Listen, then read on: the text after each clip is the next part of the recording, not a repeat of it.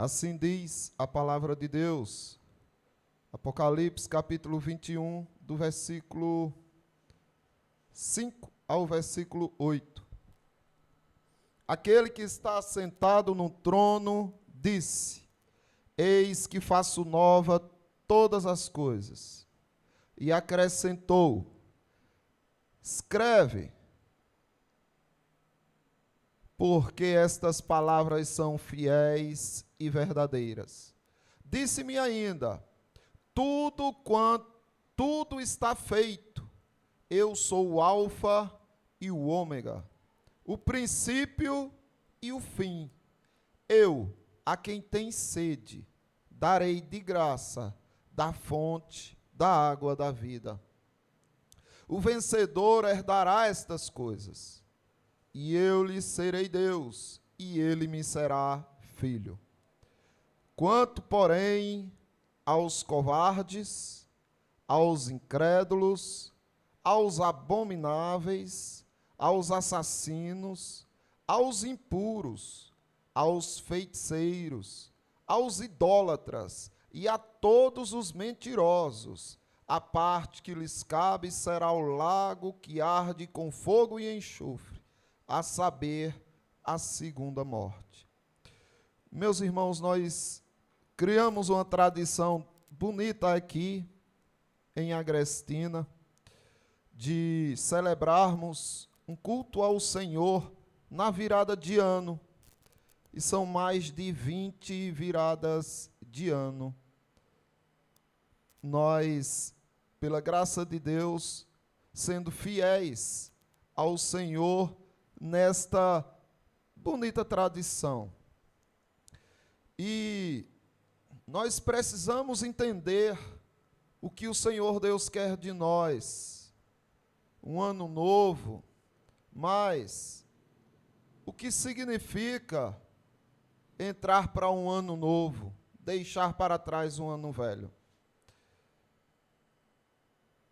Uma pessoa vivia sendo rejeitada pelos outros. Era como se fosse uma pessoa abominável, porque ninguém queria chegar perto dessa pessoa. Na verdade, ninguém conseguia chegar perto dessa pessoa.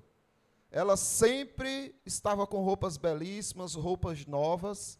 Ela gostava sempre de estar renovando ali o seu guarda-roupas.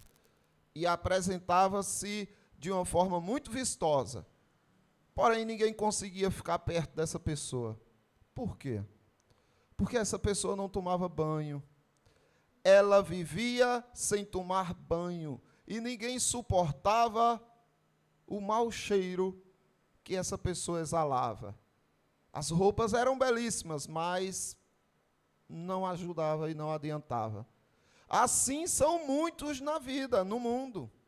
Tem muitas pessoas que estão se vestindo bem hoje, tomando banho, se perfumando, fazendo belíssimas ceias e dizendo: ano novo, tudo novo. Não é. Só é novo para aquele que tem Cristo.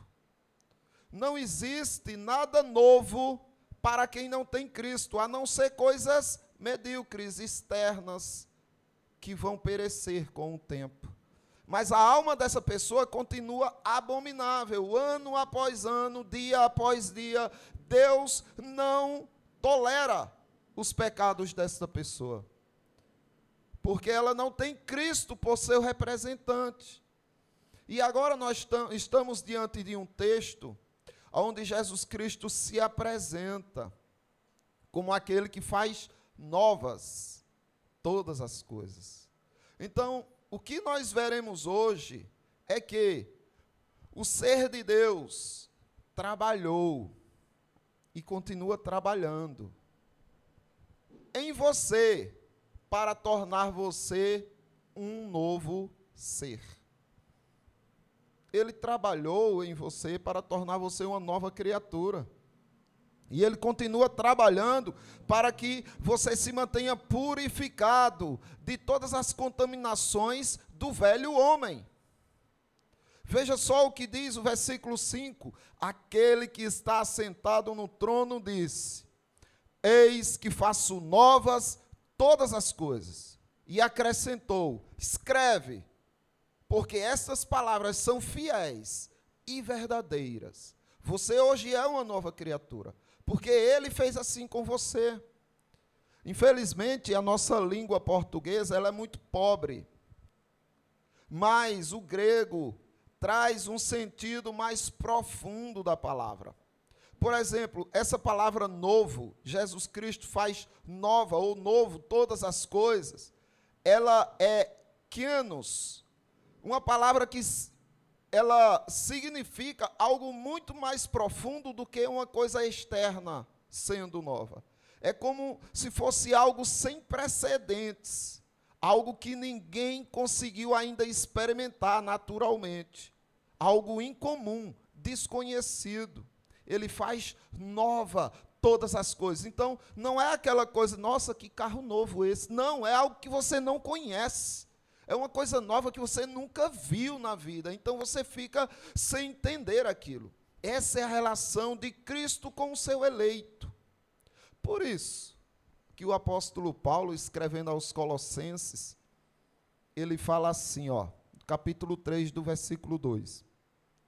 Pensai nas coisas lá do alto, não nas que são daqui da terra, porque morrestes, e a vossa vida está oculta juntamente com Cristo em Deus.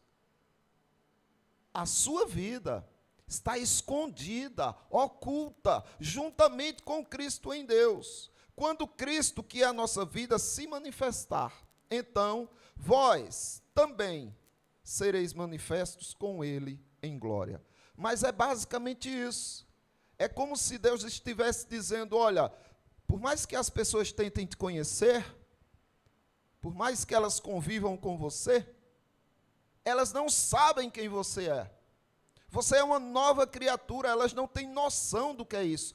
Até mesmo o próprio crente parece não ter noção do que é ser uma nova criatura. Um novo ser está sendo sempre formado, reformado, trabalhado em você. Você vem melhorando à medida que os dias vêm passando, porque Deus está trabalhando para fazer com que você tenha verdadeiramente esta referência de um novo ser. Veja só o que Paulo aos Coríntios, na sua segunda epístola, diz, do capítulo 3, a partir do versículo 17. Ele diz, ora, o Senhor é o Espírito, e onde está o Espírito do Senhor, aí há liberdade. E todos nós, com o rosto desvendados, contemplando como por espelho a glória do Senhor. Sabe o que acontece? Somos transformados de glória em glória na sua própria imagem. Isso é ser o novo homem segundo Cristo.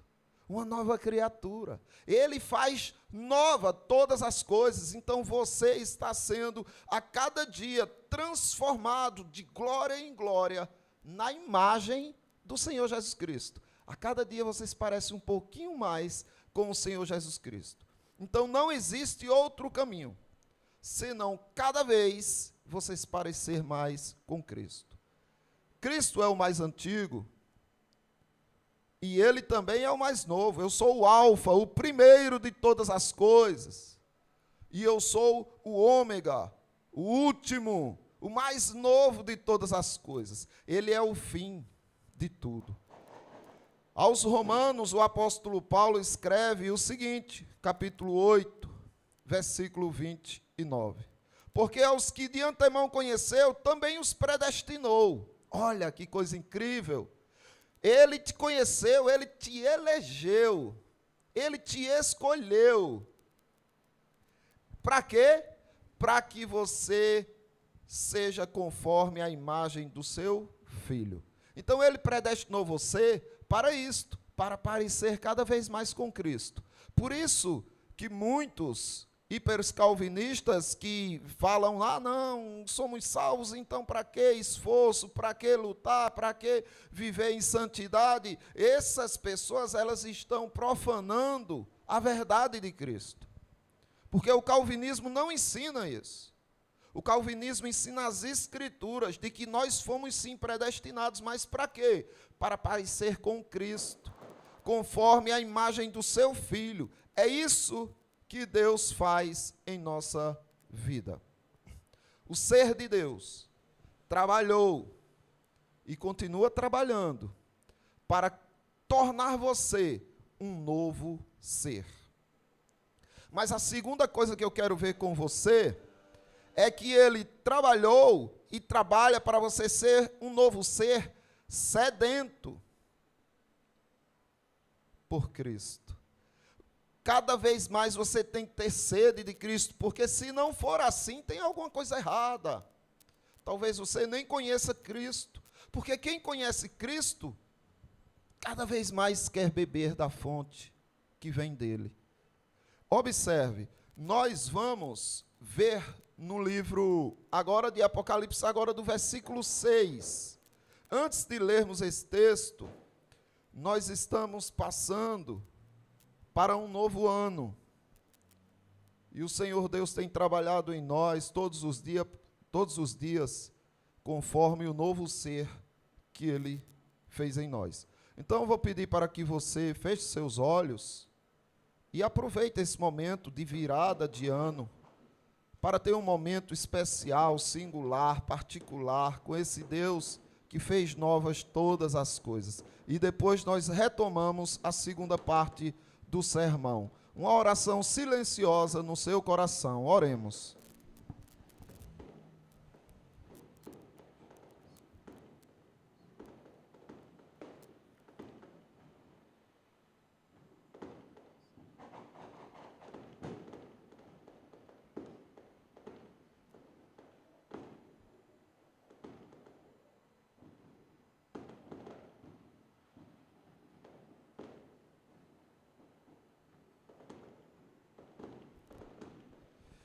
Amém, meus irmãos. A segunda coisa que nós vemos aqui no nosso texto é que aquele que foi feito nova criatura, ele tem sede de Jesus Cristo.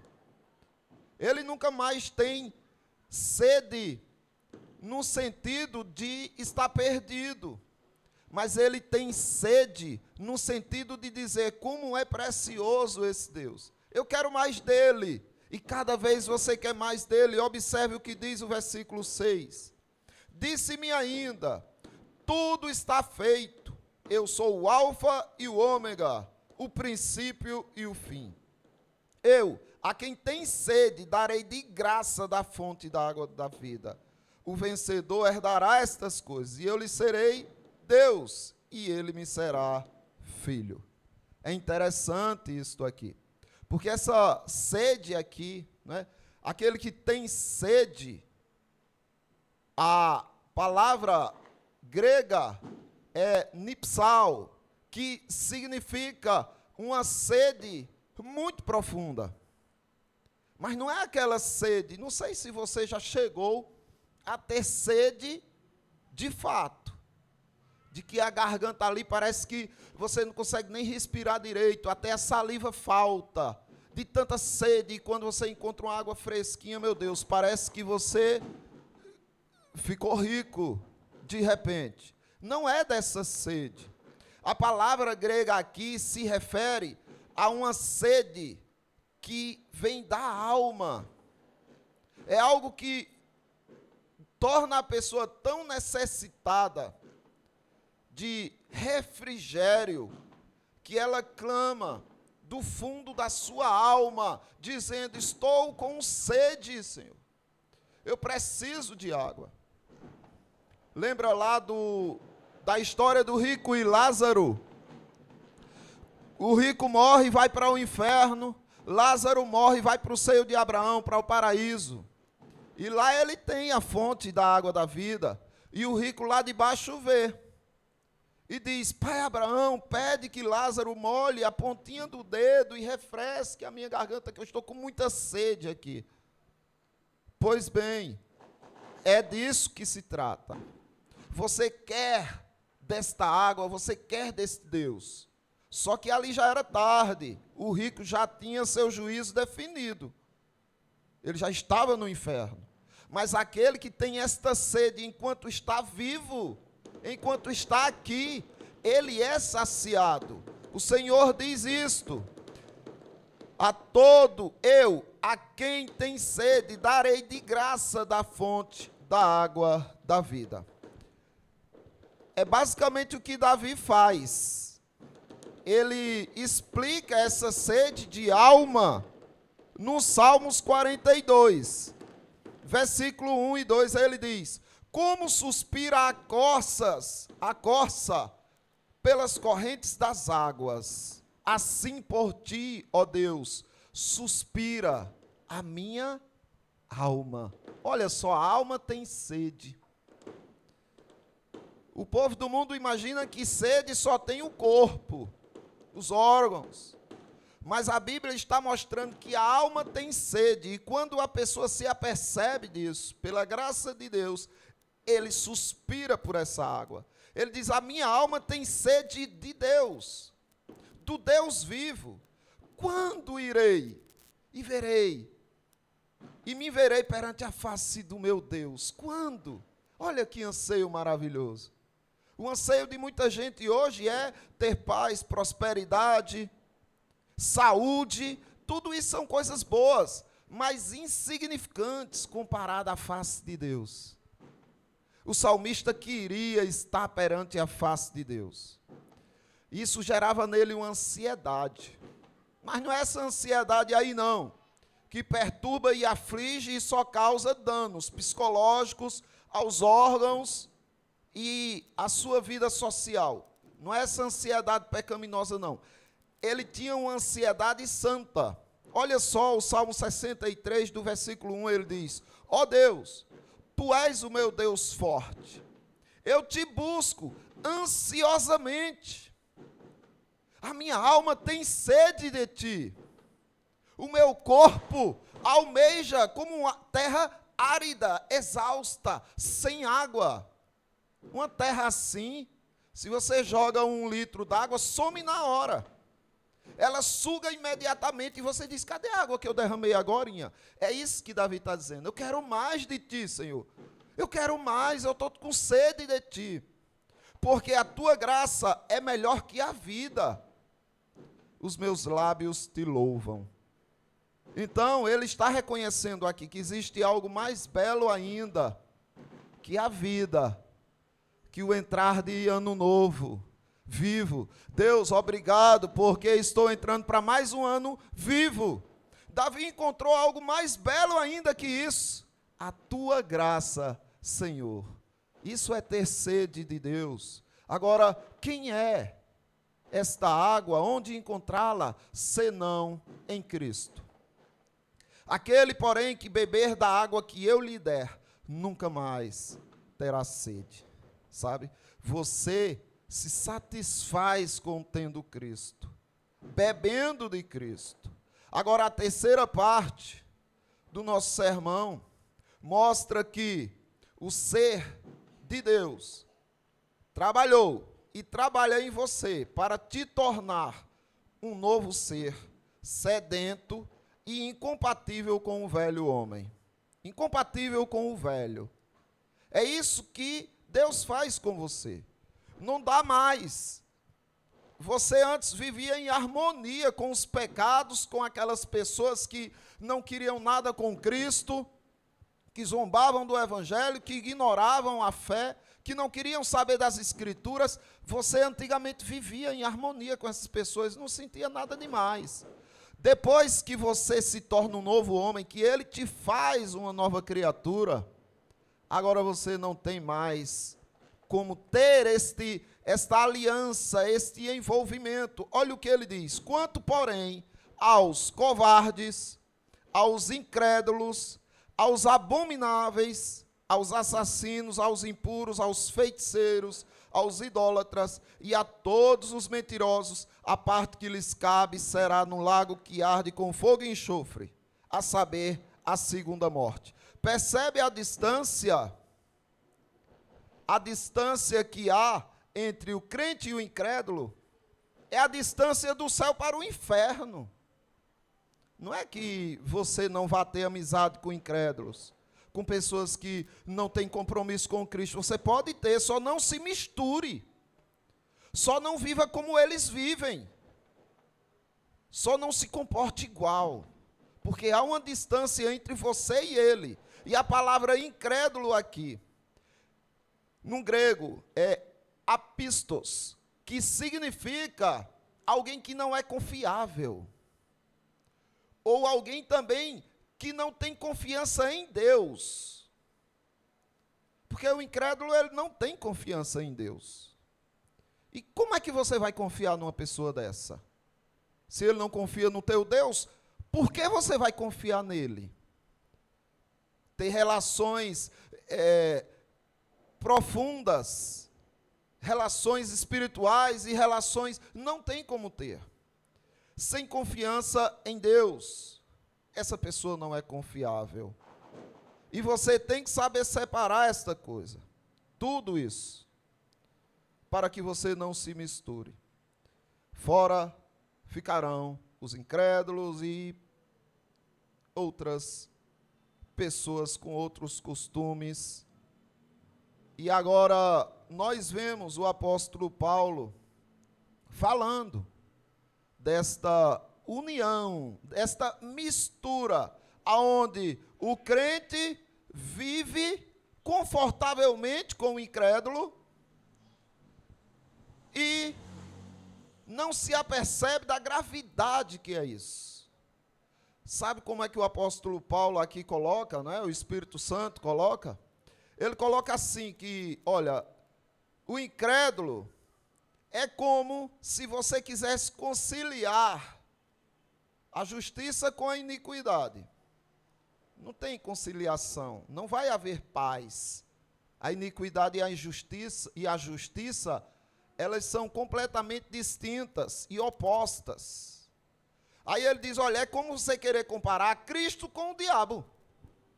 Você comparar Jesus Cristo com o maligno, você quer fazer as pazes dos dois, você quer unir os dois. Não, não é assim.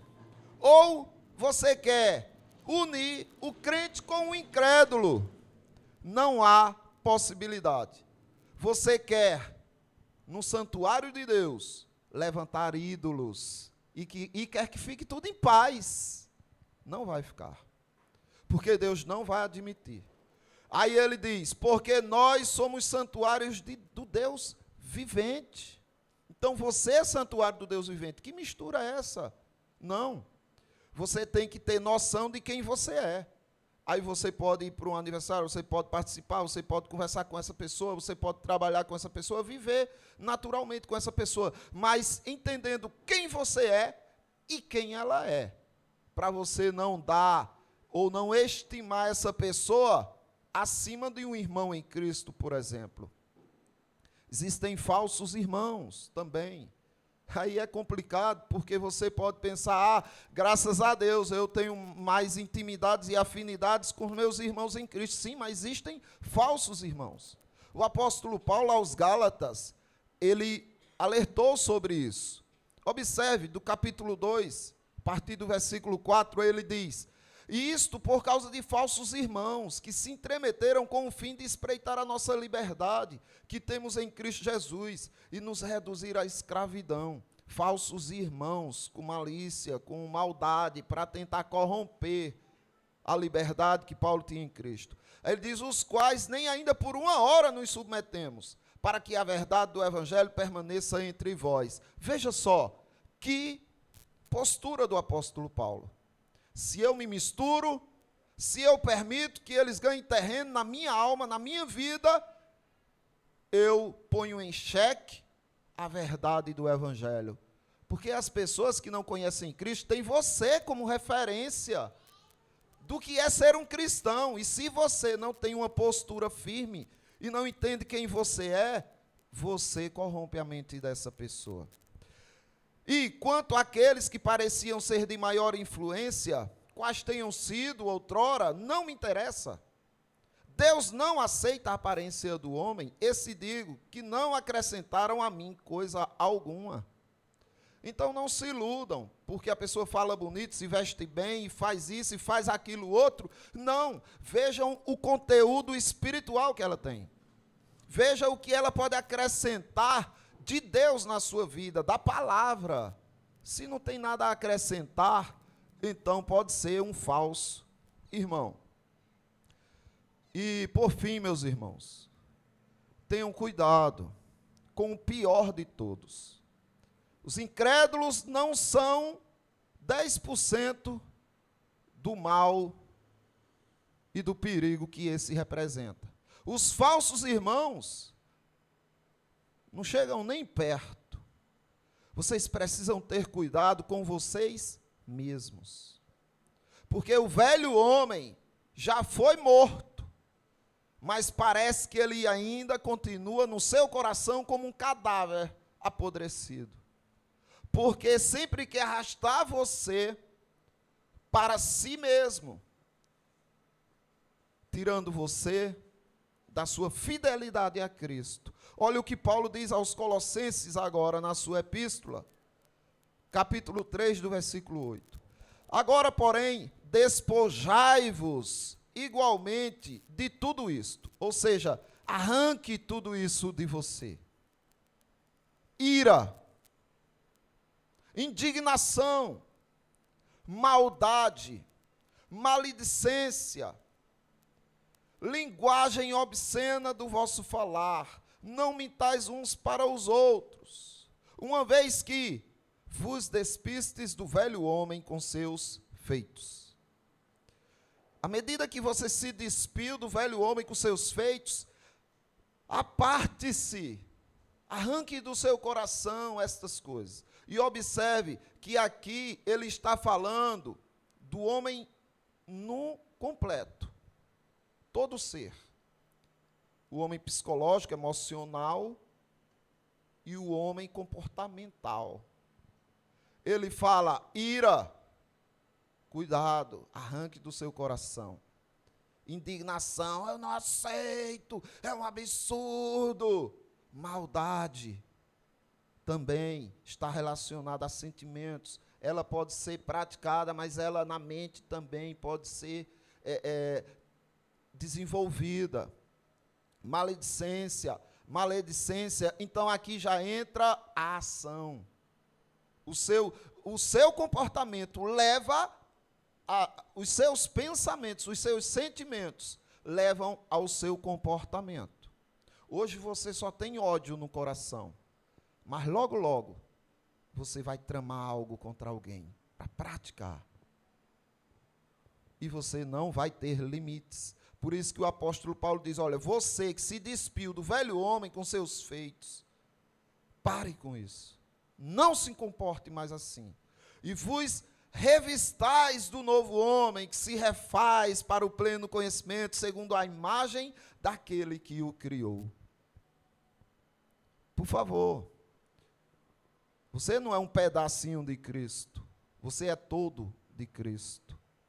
Seus sentimentos são de Cristo, seus pensamentos são de Cristo, seu comportamento é de Cristo.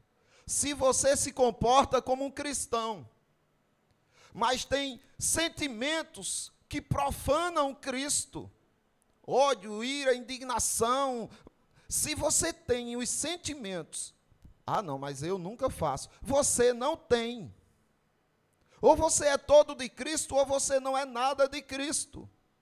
Então, cuidado, porque você pode cair nessas coisas. Mas Paulo está dizendo, quando você cair, arranque disso, você precisa se despir desse velho homem, porque você já fez ele morrer. Cristo já fez ele morrer em você.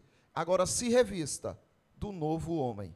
Então, em um novo ano, somente aqueles que são nova criatura sabem o valor de estarem vivos, o valor de terem Deus no coração. Por isso, meus irmãos, eu quero lembrar para vocês, para concluir, que o ser de Deus trabalhou e ainda trabalha na vida de cada um aqui, para tornar você um novo ser. Um novo ser sedento cada vez mais por Cristo. Um novo ser sedento e incompatível com o velho homem.